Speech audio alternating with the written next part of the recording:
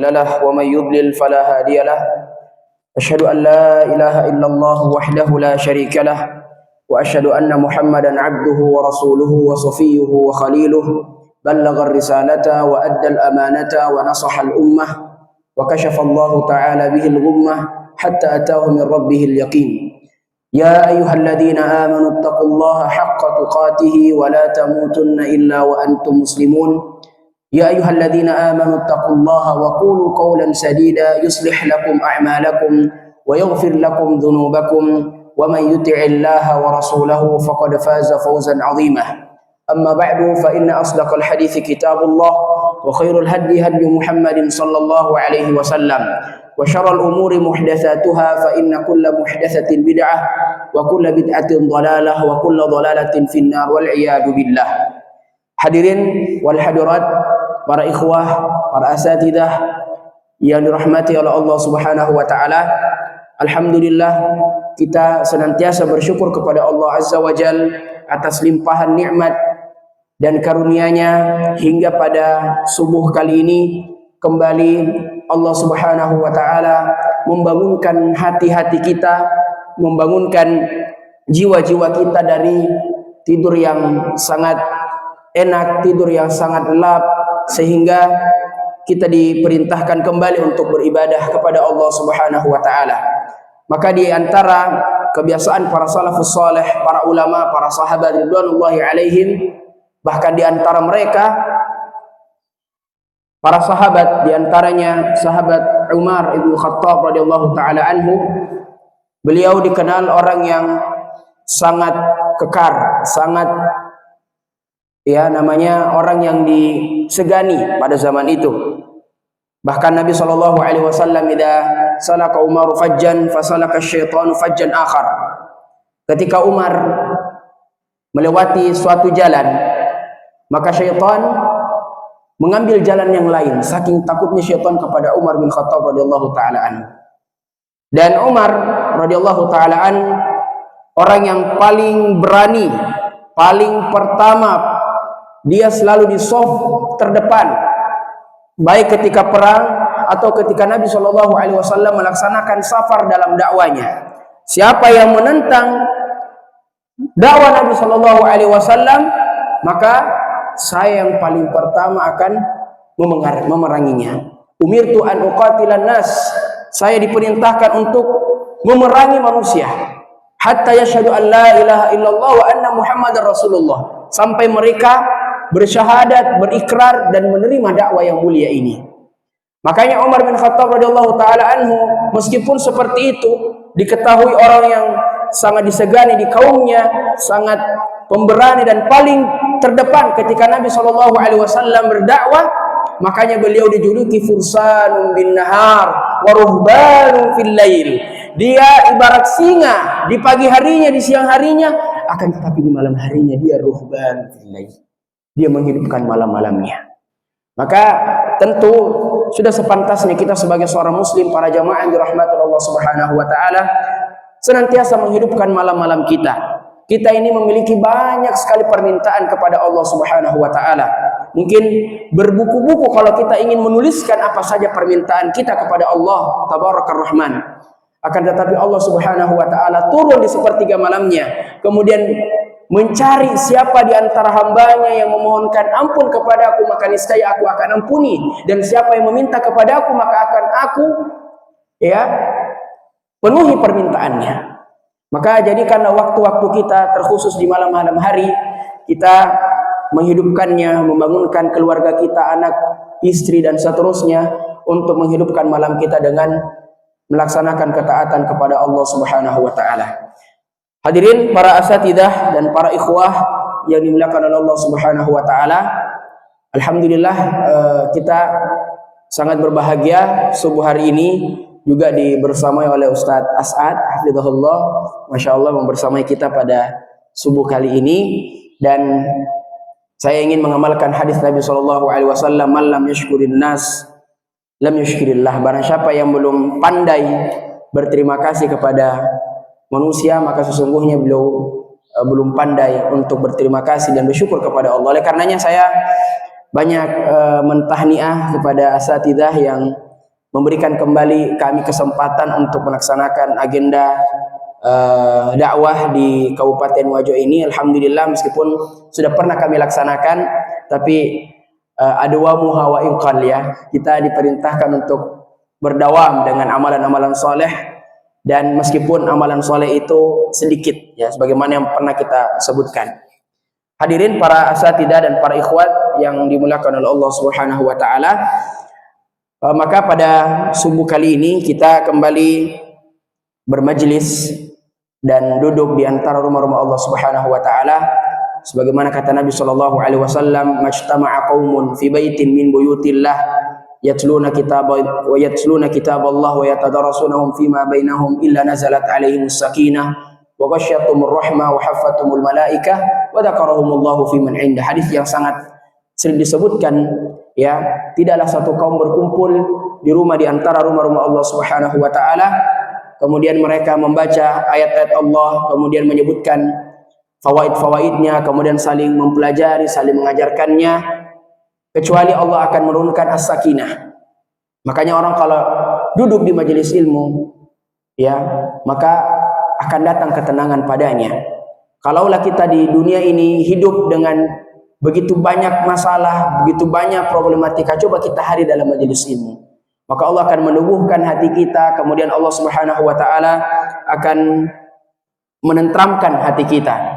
Karena tentu di dalam majelis ilmu kita mengingat Allah Subhanahu wa taala, ala bidzikrillah tatmainnul qulub. Bukanlah ketika kita mengingat Allah Subhanahu wa taala akan melembutkan hati kita. Dan itu sepantasnya ketika kita melakukan sesuatu apapun yang kita lakukan, ingatlah Allah Subhanahu wa taala. Hatta melakukan maksiat, ya, makanya di antara bentuk Allah Subhanahu wa taala cinta kepada hambanya. Kalaulah hamba itu diberikan kesempatan untuk bermaksiat kepadanya, gak ada orang, pintu tertutup, pintu rumah terkunci dan seterusnya, atau waktu yang Allah berikan untuk kita maksiat, akan tetapi kita bisa lawan itu, kita bisa memerangi godaan maksiat itu, maka Allah Subhanahu wa taala sesungguhnya menaikkan level kita menjadi orang-orang yang dicintai oleh Allah Subhanahu wa taala. Walladzina idza fa'alu fahishatan aw dhalamu anfusahum dzakarullah. Tatkala seseorang yang mukmin itu melakukan dosa, melakukan fahisyah, kekejian, fa'alu fahishatan aw dhalamu anfusahum, atau menzalimi dirinya atau menzalimi orang lain, dzakarullah, maka dia mengingat Allah Subhanahu wa taala dan beristighfar kepadanya.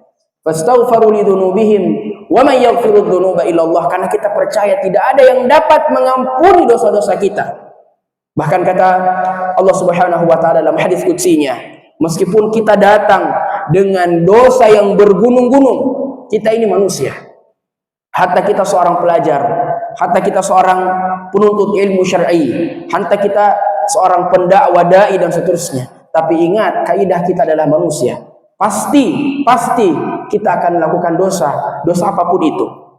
Maka tentu kita selalu kembali kepada Allah Subhanahu wa taala dan selalu mentazkiyah, menyucikan diri kita agar terhindar dari dosa-dosa yang akan menggelapkan hati kita.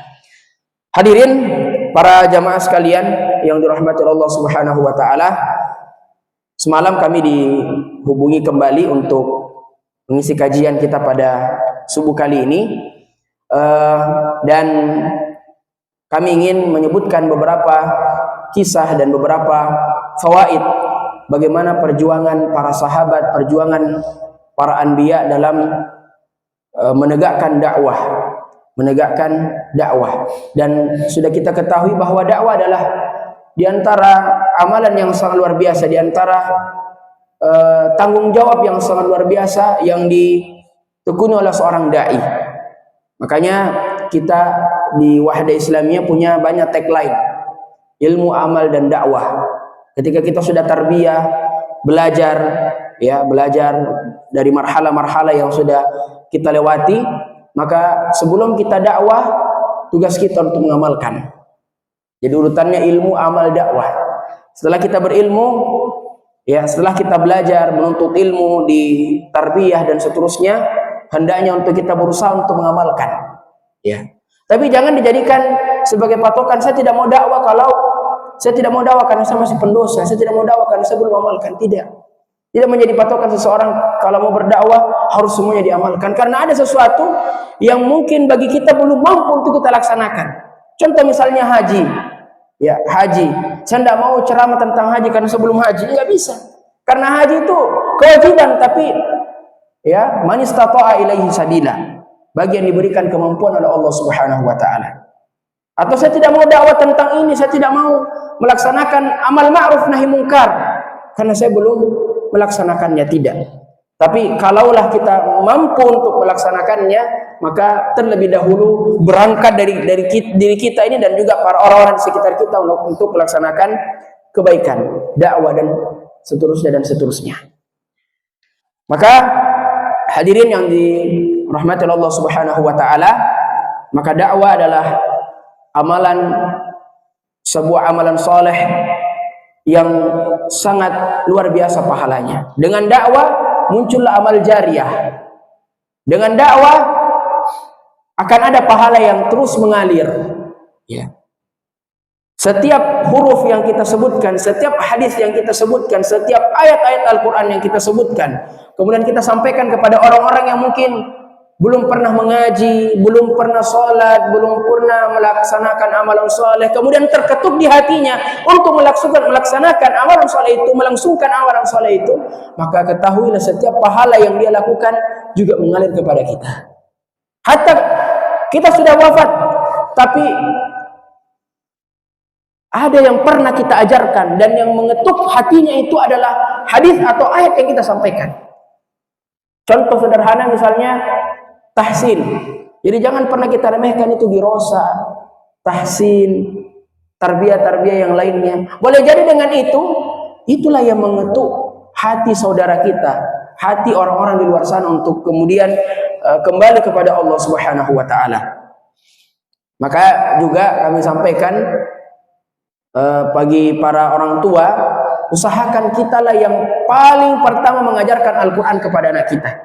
Jangan orang lain. Karena kalau orang lain dia yang ambil pahalanya, kita ya seharusnya yang paling pertama untuk mendapatkan pahala itu yaitu pahala membaca Al-Quran. Kita ajarkan anak surah Al-Fatihah misalnya, atau apapun itu, Al-Ikhlas, Al-Falaq, atau surah-surah yang lain. Yang penting kita yang pertama membukakan dia untuk belajar Al-Quran. Maka insya Allah pahala dari setiap huruf yang dia lakukan, dia baca, dia lafadzkan, insya Allah Ta'ala juga mengalir kepada kita. Hatta kita sudah mati. Idza mata ibnu Adam in qata'a amaluhu illa min salas. Shadaqatun jariyah, ilmun yantafi'u bihi, wa waladun salih yad'u lahu, atau kama qala. Kata Nabi SAW, ketika anak cucu Adam telah wafat, ya, telah mati, semuanya akan terputus, semuanya.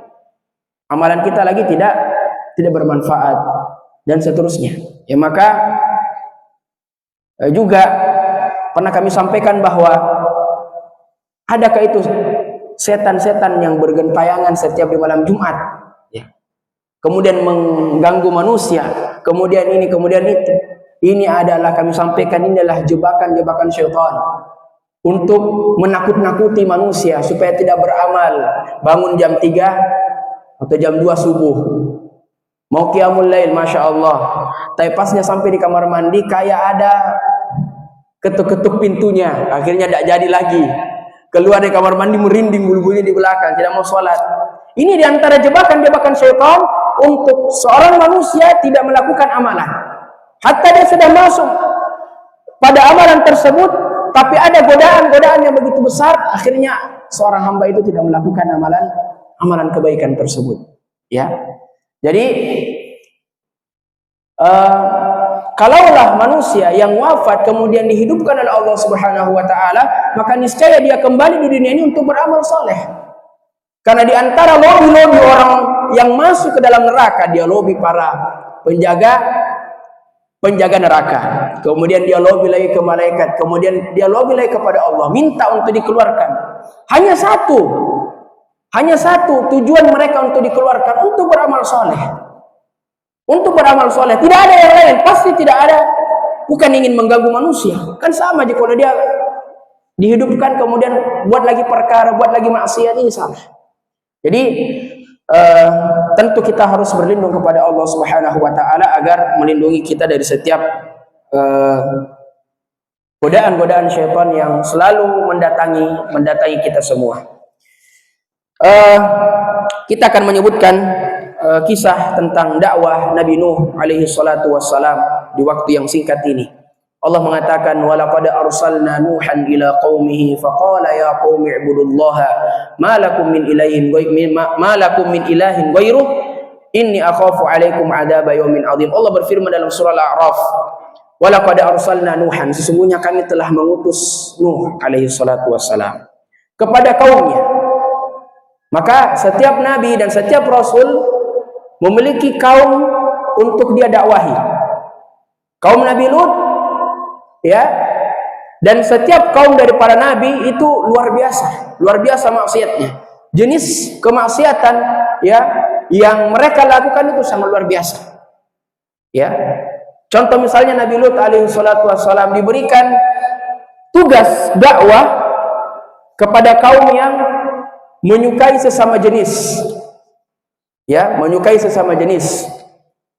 Bahkan sampai malaikat pun bertanya kepada Ibrahim sebelum mendatangi kaum Sodom itu. Malaikat mendatangi Nabi Ibrahim dan dari sinilah turun syariat untuk menjamu tamu, ya.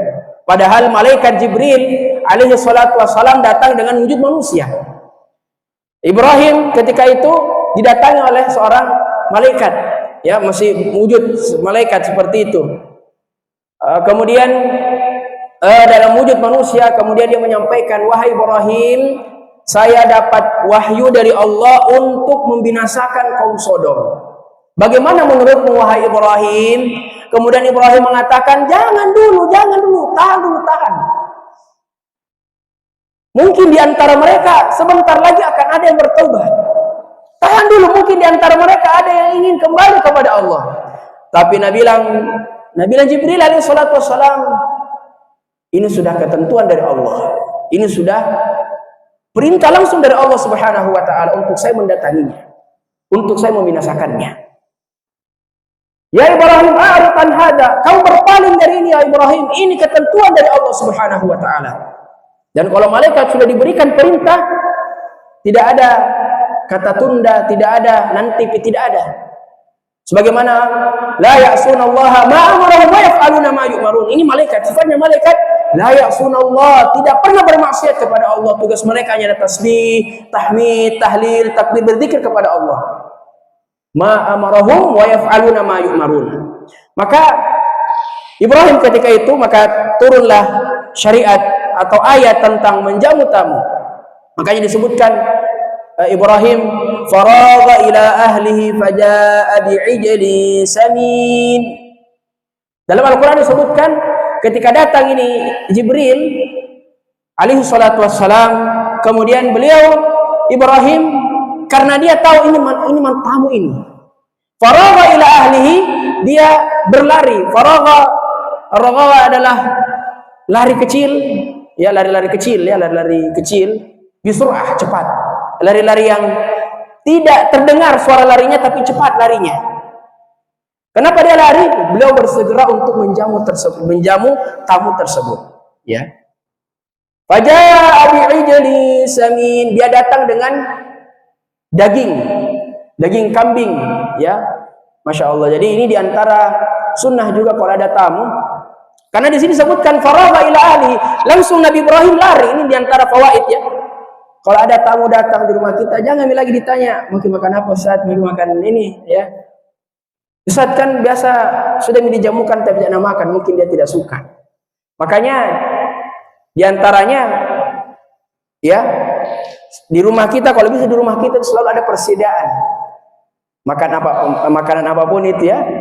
Ya seputu pesek ke apa, ya, Masya Allah, teh panas dihidangkan. Faragha ila ahlihi faja'a bi'ijlin samin, datang dengan daging kambing yang gemuk untuk menghidangkan kepada tamunya, meskipun ketika itu belum dia tahu bahwa ternyata yang datang Jibril. Nanti ketika dia sudah tahu bahwa saya ini adalah malaikat kemudian diutus kepadamu untuk menyampaikan kepadamu seperti ini. Singkat cerita, datanglah Jibril dengan wujud manusia kepada kaum Nabi Lut. Kemudian ketika itu Nabi Lut khawatir jangan sampai kalau kaumnya lihat ini, apalagi dia datang dengan wujud manusia kemudian tampan, diincar sama kaumnya. Diincar sama kaumnya. Ya, maka Nabi Lut alaihi salatu wassalam memasukkannya ke dalam rumahnya dengan suara yang kecil, dengan sembunyi-sembunyi agar tidak dilihat sama kaumnya. Tapi ada istrinya di situ. Jadi istrinya ini salah satu istri yang khianat, ya makanya Allah sebutkan dalam Al-Qur'an, ya, daraballahu mathalan lil ladzina kafaru imra'ata nuhin wa imra'ata lut kanata tahta 'abdaini min 'ibadina salihaini fakhanatahuma. Allah Subhanahu wa taala memberikan permisalan kepada bagi orang-orang kafir, istrinya Nuh dan istrinya Lut. Kanata tahta 'abdaini min 'ibadina, dia di antara perempuan yang dibawahi oleh suami-suami yang soleh. Artinya suaminya ini para anbiya, para rasul, para anbiya. Ya. Akan tetapi fakhanatahuma falam yughniya anhuma minallahi syai'a. Lalu kemudian dia khianat kepadanya, kemudian tidak mau membantu dan seterusnya. Akhirnya karena istrinya ini melihat kedatangan tamu yang sangat tampan, maka istrinya ini keluar dari rumahnya. Kemudian dia membakar sesuatu, ya karena dulu untuk mengumumkan sesuatu itu harus ada sesuatu yang ada apa itu, ya. Sehingga kaum Nabi Lut, kaum Sodom itu berkumpul kemudian menyampaikan, wahai kaum, ya, sesungguhnya di rumahku kedatangan tamu yang sangat tampan, sangat ganteng, kamu pasti tertarik dengan mereka, silahkan datang ke rumah. Akhirnya datanglah mereka kepada rumah Nabi Lut alaihi salatu wasallam. Lantas Nabi Lut kaget, kenapa ini ada orang berkerumun di luar, dan mengetuk pintu, bahkan ingin mendobrak, keluar kamu Nabi Lut, keluarkan saya tamumu itu. Kemudian Nabi Lut menyampaikan kepada mereka, wahai kaumku, sesungguhnya saya ini memiliki banyak anak perempuan, saya punya banyak putri ini, silahkan kamu nikahi sesukamu, pilih sesukamu.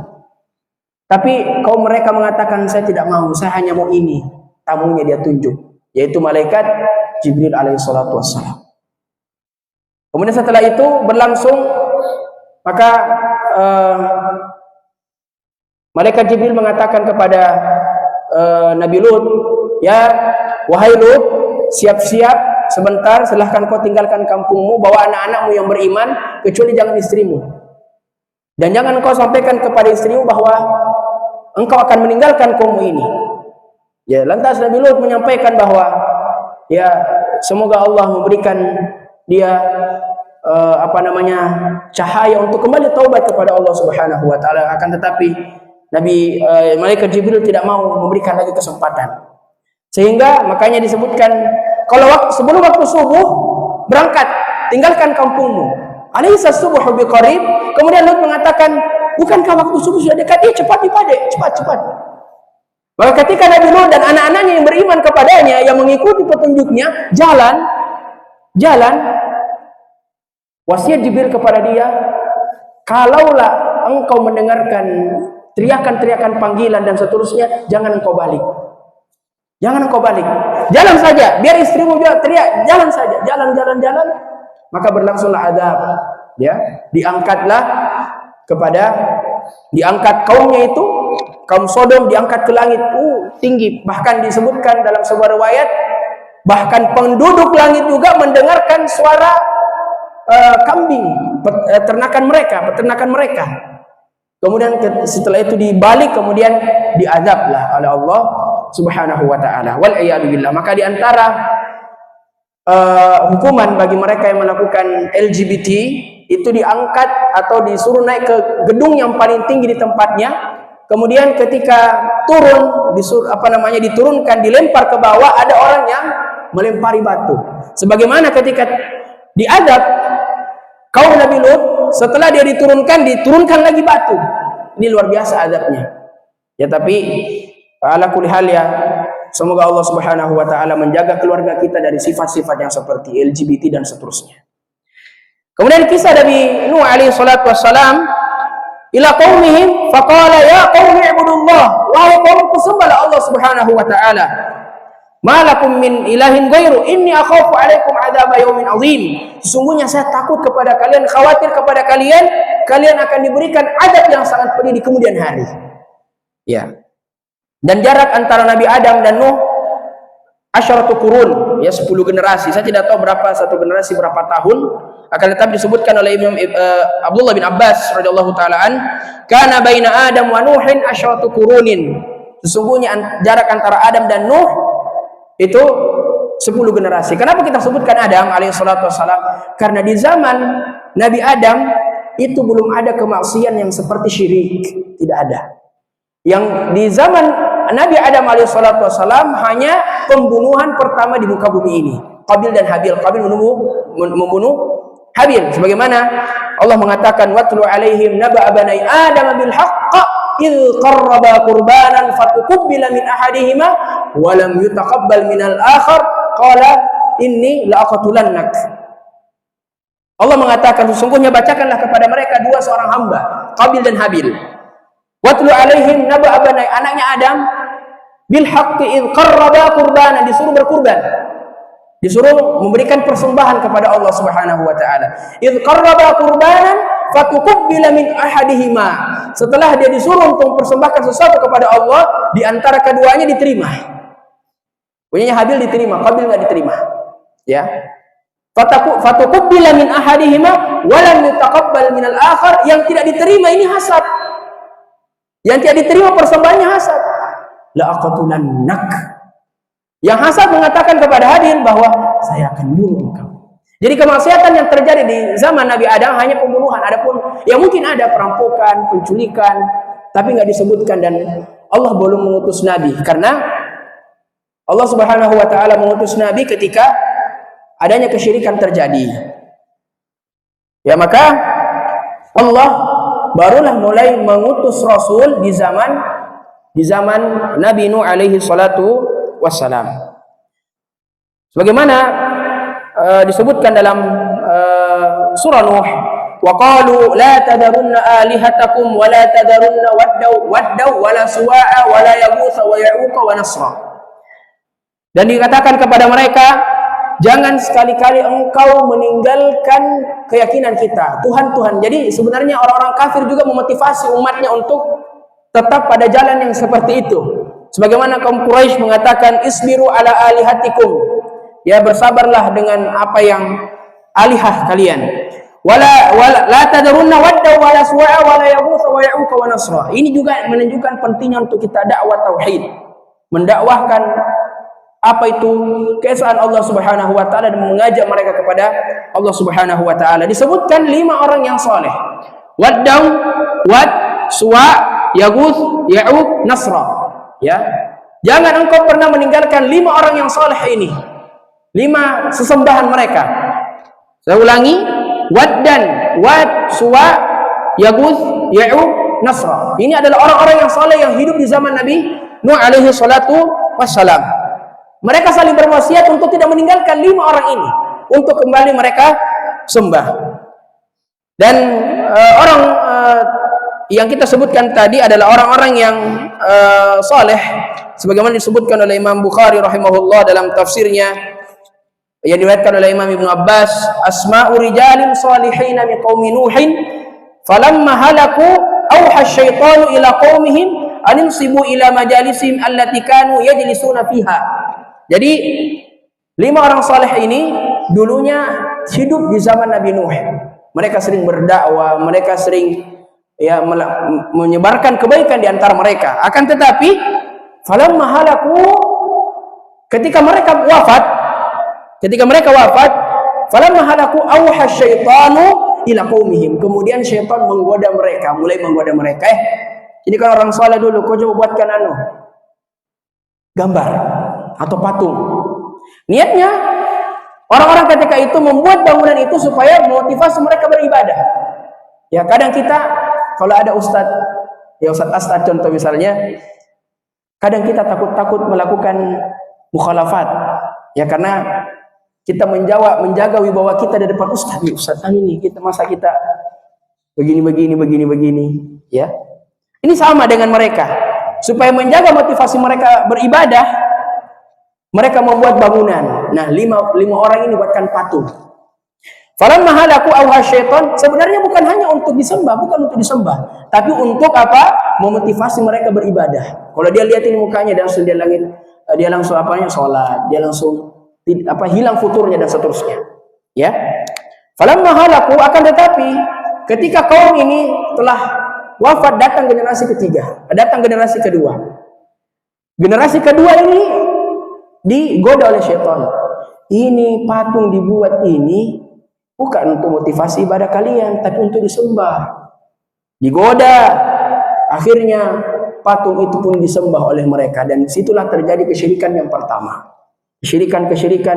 Makanya Allah Subhanahu wa taala mengutus Nabi Nuh alaihi salatu wassalam untuk bisa berdakwah dengan mereka, kemudian mereka bisa terjauh dari kesyirikan kepada Allah Subhanahu wa taala. Karena syirik, sebagaimana yang telah kita pelajari bersama, bahwa di antara al-kabair, dosa-dosa yang besar, enggak diterima seseorang.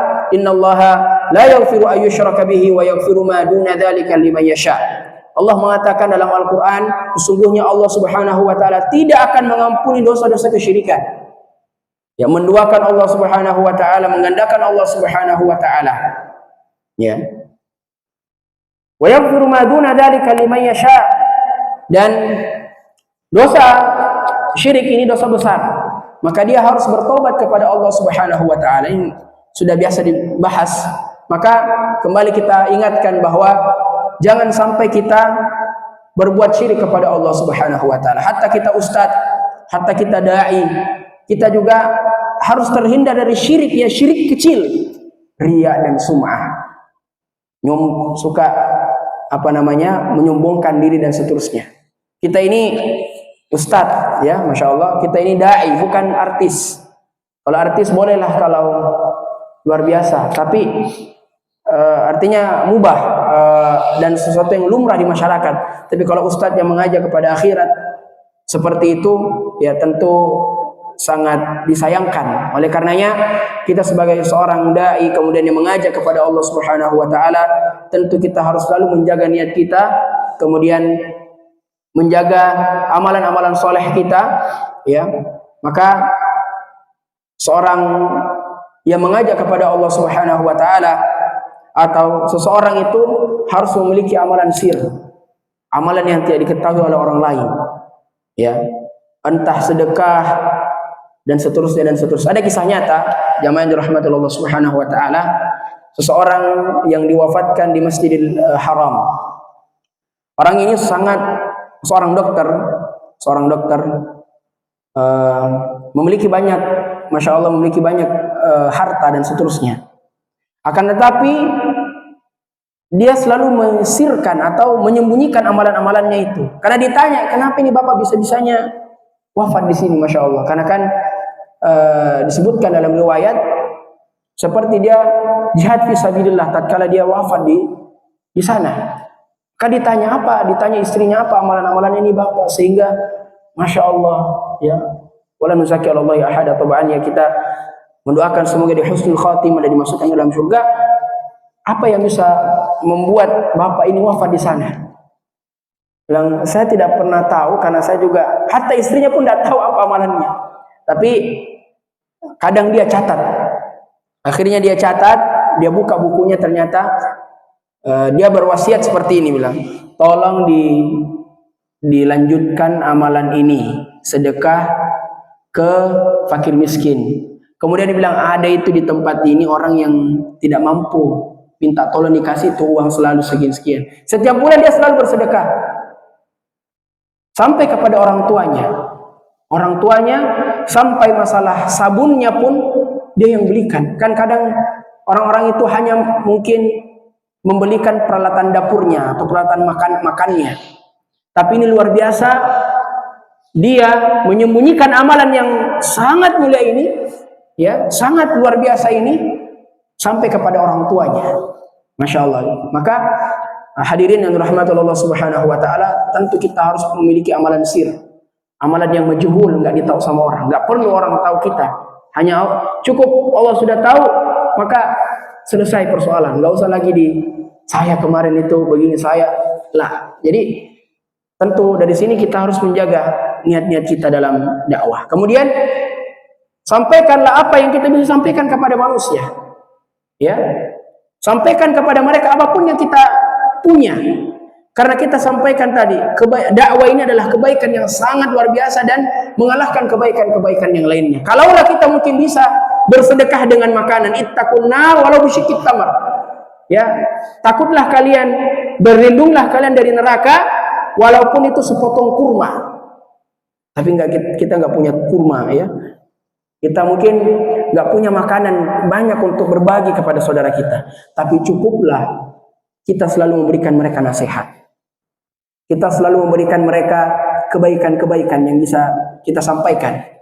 Ya, karena orang-orang soleh ketika wafat kemudian dibangkitkan, mereka akan saling mencari, mana saudaraku yang pernah menolongku, mana saudaraku yang yang selalu mengingatkanku ketika di dunia.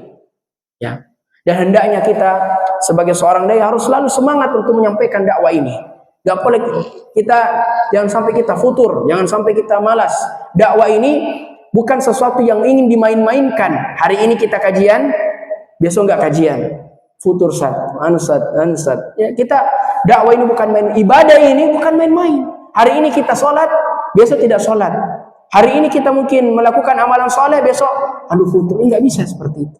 Hendaknya kita selalu berdoa kepada Allah Subhanahu wa taala untuk selalu mengistiqomahkan kita, mendawamkan kita di atas dakwah yang mulia ini.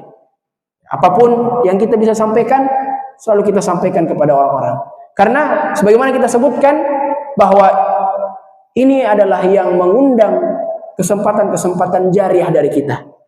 Kita sebutkan hadis, kita sebutkan peringatan, kita nasihati baik-baik, dan juga di antara dakwah yang mujarrab insyaallah taala adalah kita face to face sama orang. Tatkala kita ingin menyampaikan sebuah nasihat atau mungkin menyangkut privasi beliau, jangan kita sampaikan di hadapan umum. Oh, itu tadi si fulan begini, si Alan begini. Enggak, tapi kita panggil baik-baik, saudaraku, kita bisa mungkin ketemu di sini. Kita lihat bagaimana Abdullah bin Abbas disampaikan oleh Nabi SAW wasiat, nasihat. Untuk khalfan Nabi SAW yauman, saya dibonceng. Dikatakan ada yang dibonceng pakai unta, ada juga yang digandeng seperti ini. Karena usia ketika itu Abdullah bin Abbas masih sangat belia. Kita berangkat dari situ, menjadikan Abdullah bin Abbas faqih dan menerima nasihat itu. Ini menunjukkan apa? Kalau kita menyampaikan nasihat itu face to face sama orang, dua orang, nggak ada orang yang lain. Makanya Imam Syafi'i mengatakan, kalau engkau ingin menegur saya, jangan di hadapan orang. Tegur saya di tempat yang lain. Karena juga ya tentu beliau juga ingin dijaga muruah dan wibawanya. Ya, maka yang menyangkut privasi, misalnya kita ingin nasihatkan orang, panggil ke rumah kita atau kita bertemu, hanya dua orang saja kita dengan Allah Subhanahu wa taala, kemudian kita sampaikan nasihat itu bismillah dan seterusnya. Ya. Nah, pernah kami pengalaman juga menyampaikan seperti itu, salahnya di depan orang. Jadi terkesan kita membuka aibnya saudara kita. Ya, akhirnya saya minta maaf, saya nggak enak sekali saya menyampaikan dakwah itu di hadapan manusia, di hadapan teman-teman.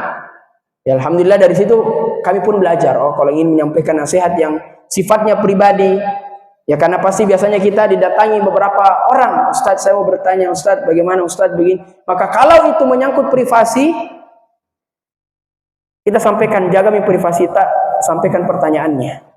Makanya seorang qadhi, seorang hakim itu jangan terlalu banyak mengupas masalahnya orang bilang, apa masalah? Oh ini saya kemarin. Jangan kita, apa cerita coba? Jangan. Hendaknya kita selalu menjaga privasi mereka. Ya. Kemudian bismillah kita sampaikan dakwah yang hak ini, dakwah yang mulia ini sebagai bentuk kita cinta dengan dia. Kita menyampaikan nasihat ini untuk kemudian Allah Subhanahu wa taala menjadikan dia orang-orang yang soleh kembali, orang-orang yang seperti kita. Demikianlah kajian yang dapat kami sampaikan. Semoga Allah Subhanahu wa taala menjaga kita semua dan menerima segala amalan-amalan saleh yang kita kerjakan, dan juga semoga Allah Subhanahu wa taala memudahkan dakwah-dakwah kita, kebaikan-kebaikan yang kita lakukan, apa-apa saja yang kita persembahkan, kita berniat ini untuk menolong saudara saya, untuk mengingatkan saudara saya, dan ingin cobaan untuk mengharapkan sawab pahala dari Allah Subhanahu wa taala. Demikianlah kajian kita pada subuh kali ini. Apa yang saya sampaikan insyaallah tentu bagi kami juga dan juga bermanfaat untuk para jamaah, para asatidzah sekalian. Ini bukan menunjukkan kami orang yang ingin menggurui, tapi setidaknya kami juga ingin menyampaikan apa yang bisa kami sampaikan dan insyaallah bermanfaat untuk kita semuanya. Kita tutup dengan membaca doa kafaratul majelis. Subhanakallahumma wa bihamdika nasyhadu an la ilaha illa anta wa nastaghfiruka wa natubu ilaik. Wassalamualaikum warahmatullahi wabarakatuh.